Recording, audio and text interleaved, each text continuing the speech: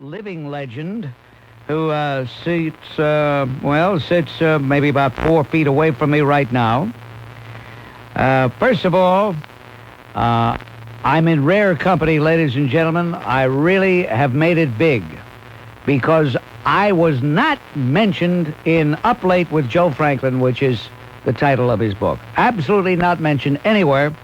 I don't mind really because twice I was a guest on Joe's show, and his introduction to me was so effusive, so laudatory, so flattering. Also, he did invite me to, I forget exactly where it was, but you had your 40th anniversary party in show business. And I've got to tell you, Bob, the publisher arbitrarily deleted about 400 names. And when I stated my 12 favorite guests of all time, you were there. And I think the book is selling rapidly enough. There's going to be a volume 2 very soon. It'll be in fond dedication to Bob Grant, who pioneered what the whole world wants to be today as a talk show. I mean, everybody in the didn't Andy Warhol say everybody wants to be a celebrity for 15 minutes? But no, but they're all copying the Bob Grant format. And listen, and I'm saying it now in a roundabout way. You're in volume 2. all right, that's etched in stone, folks. In concrete. Joe, the fact of the matter is, yes, at that party for you, at the 21. At 21, that's where it was. I mean, just about everybody was there, and it was obvious that everybody was there because they had a great affection for you. Now, we've been in a tough business all our lives. And a lot of people along the way have gotten scars, built up some enemies here and there. But not you, Joe. Everybody loves you, Joe. I did 43 years in TV, Bob, around 20 years on Channel 7, about 23 years on Channel 9. And I felt a little bit of burnout. I don't know, going through the Lincoln Tunnel, a little bit of pain maybe in the chest, I don't know, a little bit of something. And in fact, I wanted to go down the same day when Johnny Carson, I wanted to retire the same. I figured if I retired the same day with Johnny Carson, would be the media blitz of the century. But I had about a year and 3 months to work out, so I did. And I retired, Bob. As of now, I've got 18 firm offers. I mean, firm, to go back with a daily 5-day-a-week Joe Franklin TV show. And I mean from big stations, big syndicators, big, packagers. But I think, Bob, I'm just enjoying the few things I'm doing, and chatting here with you is one. It's a funny thing, Bob. A book tour. They tell me if I go with Jay Leno, I'm going to hate. David Letterman will hate me. If I go with David Letterman, Jay Leno. When I was doing my show, I mean, how do you feel? If I couldn't say something different, I didn't care if somebody went on 27 different shows. How do you feel about that subject known as exclusivity from a guest? Right? I don't care how many. Why should people be jealous? Why would Jay Leno be angry at me if I went on David Letterman or vice versa? That's what I'm trying to figure out. And yet, that would happen. Isn't that something? No. Have you made a decision? As of now, I'm just doing the Today Show, and I'm here with you, and I did John Gambling, and very, very few. I'll be a little select. I'll be a little choosy. It's Simon & Schuster. It's a big book. It'll sell without me making any rounds. But have you glanced at the book yet, Bob? Have you gone through the time? I certainly have. And one of the questions that I wanted to ask you is, and I know you're going to give us an honest answer. Always candid. You didn't dress these stories up. I mean, the stories that you tell in these books, they happen this way? Yeah. The part about Marilyn Monroe, the part about Jane Mansfield, and it's mainly I'll probably make a few hard feelings here and there, but it's me. It's me. I've done previous books, but this one I think is pretty honest, and it's me. A few things I've held back about. You talk about jealousies and enemies. It's during the time that I was on the air, Bob, when I did my TV show, there were 400 talk show hosts alone who came and went while I was on the air. 400. The mortality rate in the TV talk show field is most staggering. So a few of those went off the air. A couple of maybe Stanley Siegels, and I feel like that. Oh, Stanley. Good. There was a guy whose act was parading his neurosis. On the couch. Yeah. He was from 96th Street, the mental block, 96th. Right. But so one day, he picked on me a lot. One day we had a big feud on TV, sort of a John Wayne, High Noon, Gary Cooper kind of a confrontation, and we thrashed it out on there. He stopped kidding. He stopped needling me. Look, Billy Crystal needled me for 4 years on Saturday Night Live. And who do they needle? Who did he needle? They did Frank Sinatra, Mike Wallace, Ronald Reagan, and Fernando Lamas and Joe Franklin. So, and then Billy Crystal put it over that Joe Franklin interviews bizarre guests. So I had maybe 9 bizarre guests out of 300,000. My guests included Bob Grant, 7 presidents of the United States, Mr. Kissinger, Mr. Schlesinger, Mary Higgins Clark, Charlie Chaplin, John Wayne, Jimmy Cagney. So I went along with the spoof because Bob, I want to tell you something. Richie Ornstein, my right-hand man, left-hand man, he'll vouch for this.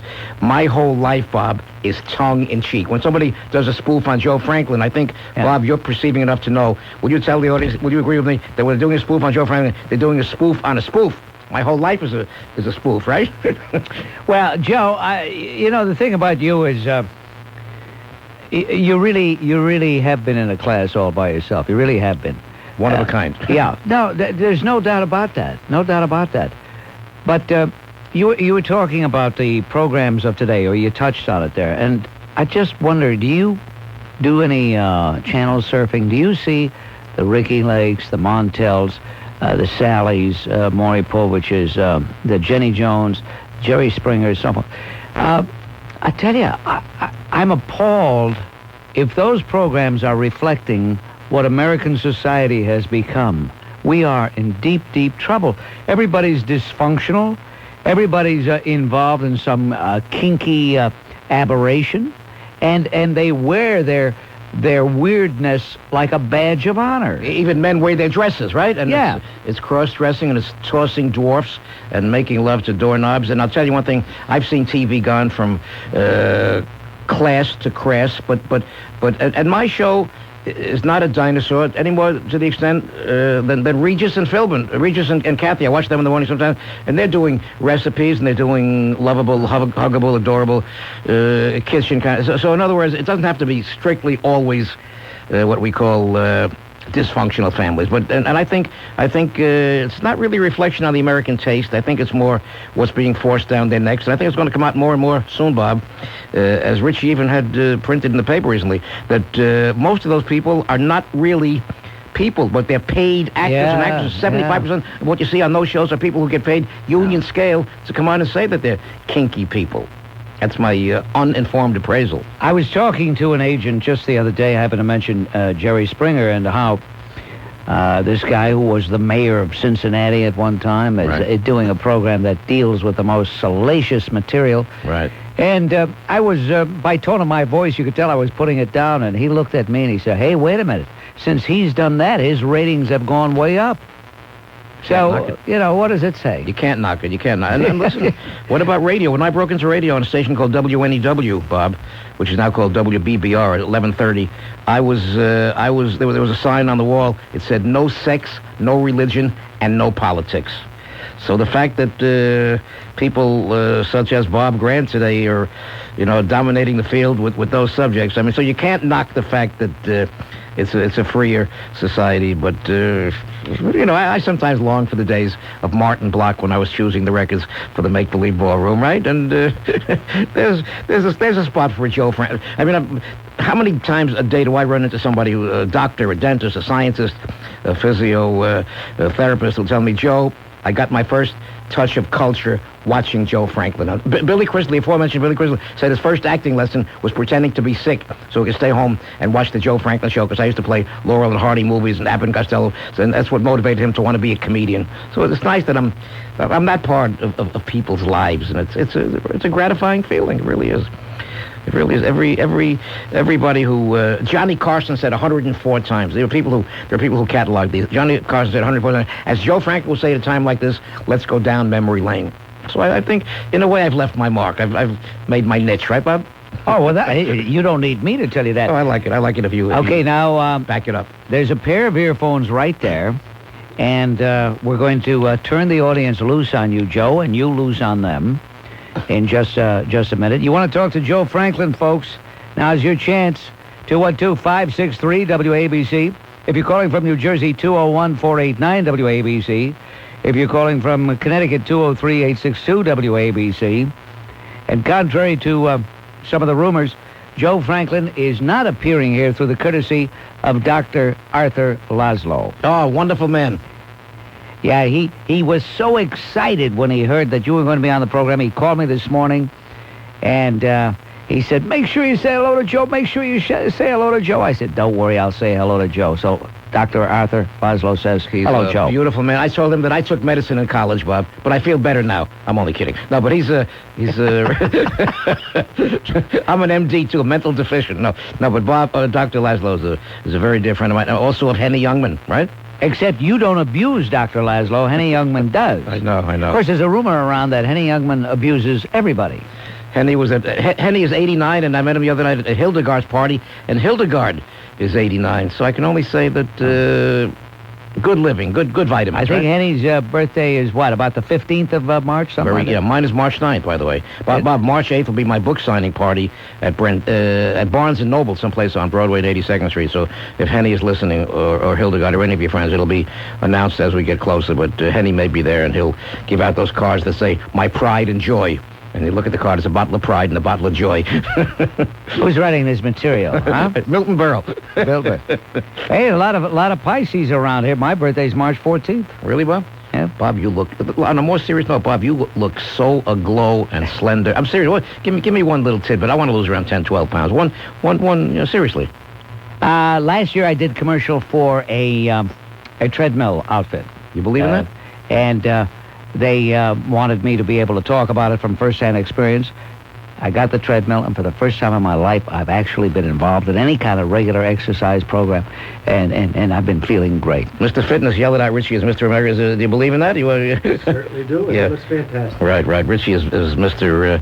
Physical Fitness, and he's Jack LaLanne's partner. Well, Richie looks good. I don't think I've seen Richie before, but he looks to be in good shape. We do Significant together all the time on radio and little TV spots, and I'm just enjoying life and chatting with any of your listeners, Bob, who want to chat with me. I'd be thrilled. Well, they're lining up already, and we'll get to those phones. And Joe Franklin, ladies and gentlemen. Stories of the greats, the near greats, the ingrates, the has-beens, and the never-weres in just a moment. Staten Island, whose name is Joe. Yes, Joe, you're on with Joe Franklin. Hello, Joe Franklin. How are you, Joe? I'm fine. Do you recognize my voice? I think you're an actor. I've heard that voice on TV or radio or someplace. Well, actually, you heard it on your phone this morning, but that's okay. Whatever. I was on your show as a guest as well. Are you the heavy gentleman? That's who I am. Mr. Flyshacker. Absolutely. Oh, great. It's great to hear you on the air with Bob. I'm a big fan of Bob's as well. I'm a big fan of yours, Joe, as you know. Oh, thank you, Bob. And I listen to Bob all the time, and I'm always in my car. Today, I actually left work early, so I can get home and get on the radio with you guys. Well, Bob is one of my very dearest friends, and I mean, just for what it's worth, there are about 90 people called me to go on the radio with them. I'm just resting and enjoying life, but I'm here with Bob, and if you want to know more about me, Mr. Flyshacker, it's a book called Up Late with Joe Franklin. Bob, you like that cover, Bob? They spent $10,000 on that cover. That's a great cover, isn't it? It is a great cover. I'm looking forward to getting my copy. In the meantime, Joe, I'm looking forward for you getting back on the air. I know you like your relaxation and your retirement, but you gotta get back on the air again. Well, I'm just doing what I like. I'm doing... But you will get back on. I know it'll happen because at some point it'll be what you like to do. I can understand what Joe's saying about the burnout, the sabbatical. The sabbatical. Yeah, I can understand that. Thank you, Joe. Let's try Lewis on the line from New York City. Yeah, Lewis. Okay. Yeah, well, he's really funny. Ha, we all fell down laughing. Oh. Nello from Philadelphia. Hello. Yes. Joe? Yes. Mr. Franklin, I should say. No, Joe, please. All right. Well, I listened to your radio Memory Lane show quite a bit on forgive me. Whatever, don't worry about it. W something or other. That's all right. We're not afraid. Hey, when you're number one and way ahead of everybody else, you're not You don't afraid. have to worry about the competition. No. Let me ask you a question, sir. When you listen to me, do you very often hear me talk about Bob Grant, who used to be on that spot, and I talk about Jay Diamond and Ed Koch? Don't you? So it's a friendly community, right? You're friendly to everybody, Thank you. Joe. Okay. I never heard you say a bad word about anybody. Thank you. Now, the question is about your stock and trade in that time period. There was a recording star many years ago, and I wonder if you know, one, what happened to her, Number 2, if there's anything still available on record by her. I'm sure I know. Who is it? Who? Try to guess. I give up. You got to tell me a hint. All right, it's an English lady. Vera Lynn? Nope. Ann Shelton? Nope. I give up. You're close. Gracie Fields? Nope. I give up. Burl Davis. She was married to a famous disc jockey named Peter Potter. There was a program called Jukebox Jury. He died very young. Remember that program, Bob? He would say, will it be a hit or will it be a miss? Yeah, right? yeah. Oh, I remember that. He died of a heart attack very young, and Beryl Davis teamed up with Jane Russell and Connie Haynes. Yeah, they make the Do Lord. They do the Do Lord. They did all the gospel songs. I'm sure that Beryl Davis is alive and well and still beautiful. Do you have any singles by her that you could play? I'll try one. I'll get one. I'll send one to Bob. Maybe he'll play it one night. No, you play it. But Beryl Davis is alive and well, I'm sure. She's a good singer. She had a was. beautiful- All right, listen, that's very Beautiful. interesting. Take Thank care. you very much. Bye-bye. Thank you. Okay. All right, Pete, you're on WABC with Joe Franklin. Joe, How are you? it's Pistol. Oh, a comedian. I've seen this. Pistol, how do you feel? How do you feel, buddy? I've seen this man, Bob, in nightclubs. He does stand-up comedy and he writes. Everything going nice, Pistol? Very good. How are you, buddy? Oh, great. When I How hear you your doing, voice... Mr. Grant? Say, I'm just fine. Well, Good. okay. Joe, you know, I tell you, I was wondering what is it, what would it take for you to commit, actually? I know you're relaxing and everything. I talk to you a lot, and you seem very comfortable in doing what you're doing. You're pacing yourself. Is there anything like a time slot or specific days that would get you to commit to going back on TV on a regular basis? If I do, it'll be maybe an Ed Sullivan kind of a show once a week introducing, nobody discovers anybody, Bob, but I gave the first exposure ever on TV to Barbara Streisand, Bette Midler, Bruce Springsteen, Michael Jackson 5 times with the Jackson family, and Al Pacino, Dustin Hoffman. I mean, the list is endless. If I go back, it'll be kind of a Major Bowes, Ted Mack, or Ed Sullivan kind of but maybe once a week or once a month. But meanwhile, I'm just taking the pension, relaxing and enjoying listening to you, Pete. And I want to wish you good luck. I read somewhere about your writing effort, and I'll be following your career in writing, and I read where Lorne Michaels is considering some of your stuff. Whatever it is, I'm proud of you, Pete. All right, thank you very much, Pete. Hello, Joe. How are you, Annette? How you doing? Okay. Good. You know who I am. I think I've read your articles about Harold Lloyd and Very Silent... good. Oh, great, That's Annette. wonderful. Mr. Grant, how are you? All right, who is this charming lady on the line, Joe? I think her name was Annette D'Agostino, and I think I read a book of hers about the life and times of Harold Lloyd, a marvelous book. Are you doing more books about silent people? I have another book coming out in either May or June on silent film reviews in an old magazine called The Moving Picture World. Mm-hmm. Really great magazine. How do you see the talk show world? What do you feel about everybody that's Well, I echo your sentiments, exactly what you were saying before. I really do. But, they're all trying to follow in the footsteps of Mr. Franklin, so it's not going to happen, though. Well, it is gratifying, Bob. When I used to... I'd meet kids that were going to TV school. They would say their homework is to watch Joe Franklin's technique on TV. That's right. It's fun. It's fun. I created... I did the first talk show. When I wanted to do a talk show, they said a talk show will never go on TV. The word is television. You got to give them vision, seltzer bottles, pratfalls. But I defied them, Bob, and I did the first TV talk show. All right, Annette, thank you so much. Thank you. Thank you for calling.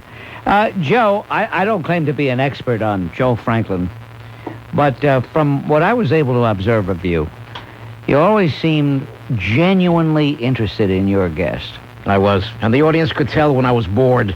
And as you might recall, but of course I knew you, but the guests that I never met, I never spoke to before the show. I mean, if you watch any TV show, somebody says, how do you feel? It says on the cue card, fine. Yeah. Mine was the only show where there was no pre-production rehearsal, no meeting, no shaking hands. I just let it flow the way it would flow in a restaurant. And, I'm proud of my innovations, and I'm proud of being called the king of nostalgia. You think it's you like that phrase? Well, who else? I mean, it's got to be you, Joe. Joe, all those people that you interviewed, thousands of people over the years. Right.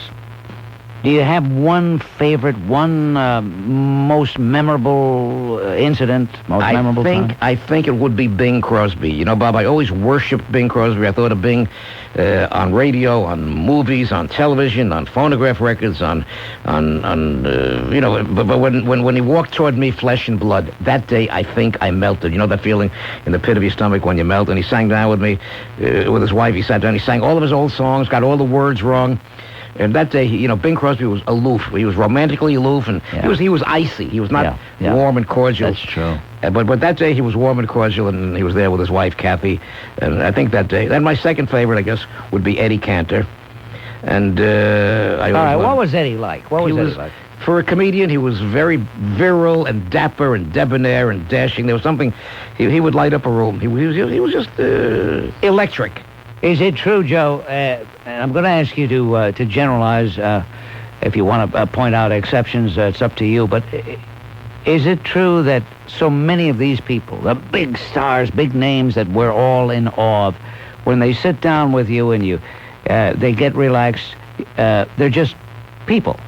You know why, Bob? Because you're looking into my eyes now, and I'm looking into your eyes. We're not looking at each other's noses or belly buttons. I looked into their eyes, and I got them to forget that they were. I had so many authors who hated to make the rounds, but when they sat down with me, I made them enjoy making them. I had Robert Mitchum on one time, and he was on 4 or 5 shows, and he would never take off his glasses, his tinted glasses. But he took them off for me because I put him at ease. He was rough. He said, "Why should I take off my glasses? I didn't take them off. I didn't take them off today for Mike Wallace. I didn't take them off for 12 other hosts. Yeah. But I got him to take them off for me." I said, "Bob, so the people could see your pretty eyes, Robert Mitchum." So I guess I had that knack of... Joe, were you able to automatically size up the mood of a guest?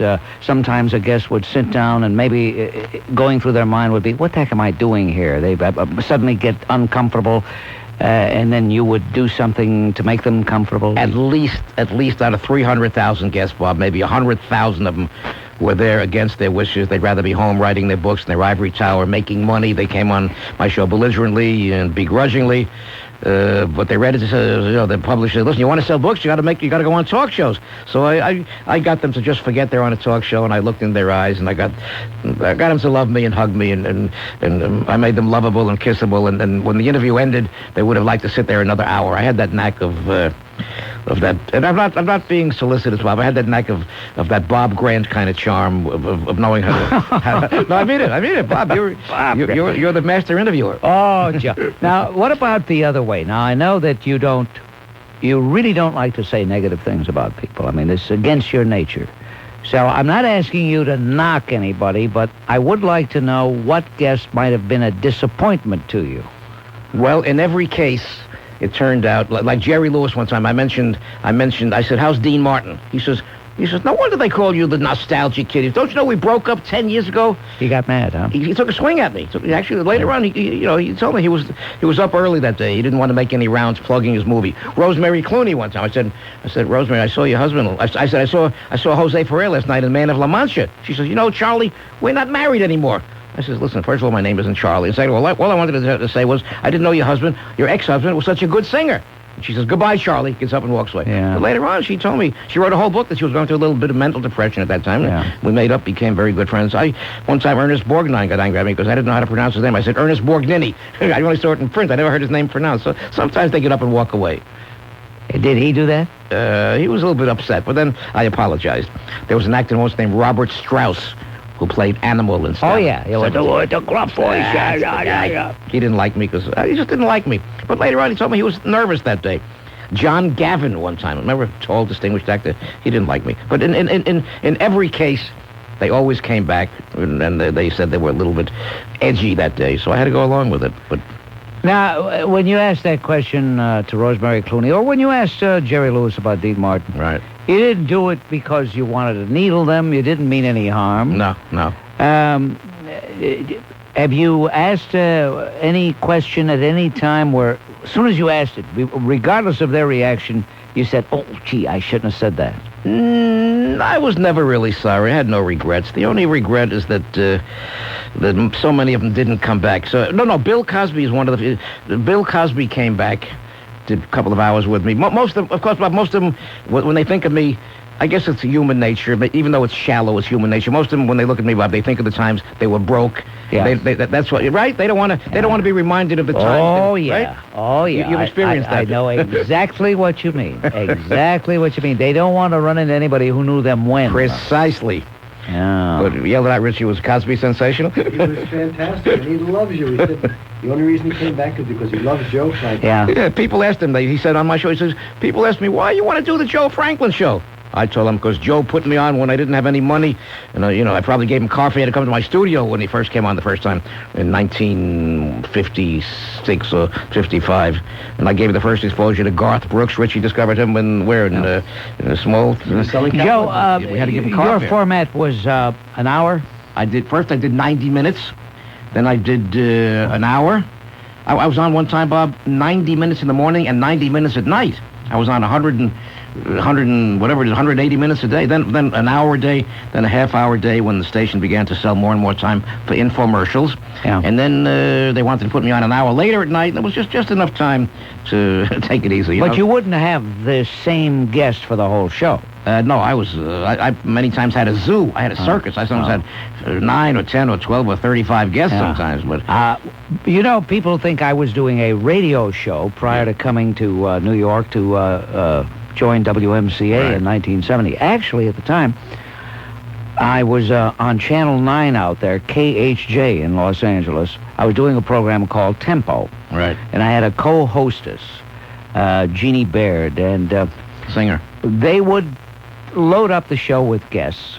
And if a guest was doing well, they'd stay on. If the guest wasn't, the floor manager would give me the okay. Like that, give me the okay. And that was my signal. Get rid of this guest. He's dying or she's dying. Get rid of the guy. And I would obey the booth. I mean, what the heck? What do you got a director for? And I'd say, well, thank you very much for being with us. We look forward to your next book or whatever the case may be. And the guest would be astounded that the interview was over, but he'd feel good because he saw the floor manager give me the okay sign. Did you have any kind of signal to get rid of a guest? He thought that was the sign that he was doing great. Right. He didn't know that was the sign to slice it, right? Yeah. Bob, is the most incredible question you could have asked me. I never once in 43 years had any management, any director, anybody ever tell me what to do or what to say or who to put on my show. Frank Sinatra ever meant it when he sang his song My Way. I did it my way. I never had one interference or one bit of guidance. All right. Now, what about you yourself? That you would say, oh, this guest is, going nowhere. It's like pulling teeth. And you had another one in the wings that was more promising. How would you suddenly end the interview? I bring in more people. Oh. I'd let them talk for about 8 minutes, and I'd walk away. I figured let them in. I mean, nobody ever had a conglomeration of the kind of a mixture. I'd have Dizzy Gillespie on with Margaret Truman. You know what I'm saying? And I had great mixes. I was known as the king of the mix. Yeah. And you were just interested in people, whether they were from show business, politics, what have you. Whatever, and I let them intermingle. I mean, I just mentioned Dizzy Gillespie. Dizzy wouldn't go on anybody's show. He was so bored with that typical Dizzy. What is jazz? Is jazz more popular in this country than in Japan? He was so bored. I'd put him on. I'd ask him about women's rights, air pollution, about penal reform, about Biafra. So he wanted to let the world know there was more to Dizzy Gillespie than just what is jazz, and is jazz more popular in Japan than here. I was noted for those kind of things. All right, Joe Franklin, ladies and gentlemen, will continue on WABC. How are you? I just think that one thing should be said about Joe Franklin and his entire career. Make it clean. That is that he gives everybody a chance. Thank you. It doesn't have to be a star. Anybody's a chance. One time I was way the heck down in Atlantic City on another radio show. He took the time out to call all the way from New York just to say hello to me. And you know who I'm talking about, right, Joe? Oh, the noted band leader and maestro and one of my very favorite Bobs. Bob, help me with the second name? Chevy. Bob Chevy and his orchestra. And, Bob, I'm proud that I know you, and I've danced to your music many a time. I met your beautiful son. And how many times do we say happy birthday to your mom on the TV? She's 95. 95 years young. 95 years young. Joe, you are fantastic because you always give everyone a chance. Bob, my first guest ever was a very funny man named Eddie Cantor, who said it's nice to be important, but it's more important to be nice. You're a nice man. You are. Thank you. Thank you for everything, Joe. God bless you. We love you. All right, Bob Chevy. Yes, I hadn't heard that name in quite some time. Joe Franklin, who really is a legend, really is a living legend. There's no doubt about it. And Joe, are you going to do the book tour? Or are you just going to be on programs here in the New York area? They've asked me to go to Boston, Washington, D.C., and California. I'm the greatest yes man and no show man that ever was, but I'll do a few cities. But whatever it is, Bob, I want to tell you, it's a sentimental journey down memory lane to be with you because we've been together a long time, and Bob, maybe the best is yet to come, right? Well, I tell you, Joe, wherever you go, whatever you do, you've got loyal fans who look forward to any appearance you make. It's obvious out there. We didn't get a chance to take all the calls that I would have liked to. But before you do go, Joe, if there were somebody coming up in the business right now, would you have any advice for them? I would say have a second profession. And, be nice. Bob, what's the secret, the ingredient of you and me? The world changes, values change. But Bob Grant, Joe Franklin, we're the Rock of Gibraltar. We're there. You know what I'm saying? We say good morning, ladies and gentlemen. If we say bread, we mean bread that you eat. We don't mean money. If we say grass, we mean the grass in Central Park, right? That slams the lid on things for today. Till tomorrow, your influence counts. Use it. Arbitron DMA rated #1 in America.